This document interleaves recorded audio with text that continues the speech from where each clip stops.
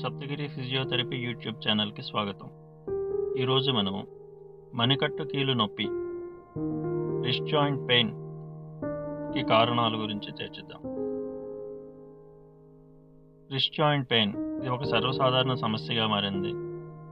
Wrist జాయింట్లో bones fractures, ligament tendon గాయాలు, crush injuries, sprains మరియు స్ట్రెయిన్స్, నెర్వ్ ఇంజరీస్ మొదలగు గాయముల వలన మణికట్టు చేతి నొప్పి వస్తుంది. వీటితో పాటు osteo arthritis, rheumatoid arthritis, poly arthritis వంటి కీళ్ల వాతమునకు చెందిన సమస్యలందు కూడా రిస్ట్ జాయింట్ పెయిన్ ఉంటుంది.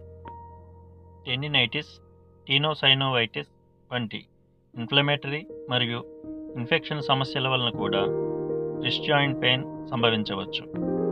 ప్రత్యేక కారణాలుగా పరిగణించబడే amyloidosis, sarcoidosis, multiple myeloma, leukaemia, acromegaly, ganglionic cyst వంటి ప్రత్యేక సందర్భాలలో కూడా సంభవిస్తుంది.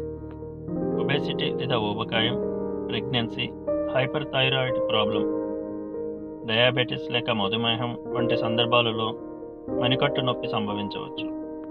ఈ కారణాలతో పాటు వృత్తి నిపుణులైన టైపిస్ట్, సాఫ్ట్వేర్ ఇంజనీర్స్, క్రీడాకారులు, పెయింటర్స్, కార్పెంటర్స్ వంటి వారిలో కూడా సర్వసాధారణంగా మణికట్టు నొప్పి చూడవచ్చు.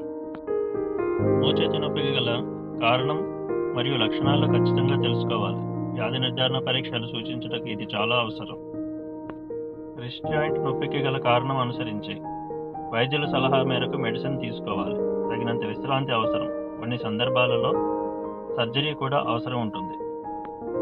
రిస్ట్ జాయింట్ నొప్పి నివారణకు ఫిజియోథెరపీ అవసరం ఉంటుంది. ఫ్రాక్చర్స్ మరియు పిండికట్టు అనంతరం, సర్జరీ అనంతరం వీసిపోయిన కండరాలు మరియు కీళ్లు సాధారణ స్థితికి రావడానికి ఫిజియోథెరపీ అవసరం ఉంటుంది. కావున మణికట్టు నొప్పి సర్వసాధారణ సమస్యగా భావించకుండా నిపుణుల సలహా తీసుకోవాల్సిందిగా సూచిస్తున్నాము. ఈ వీడియో మీకు నచ్చినట్లయితే శ్రీ సప్తగిరి ఫిజియోథెరపీ యూట్యూబ్ ఛానల్ని సబ్స్క్రైబ్ చేయండి, లైక్ చేయండి, షేర్ చేయండి. Thank you. జై హింద్.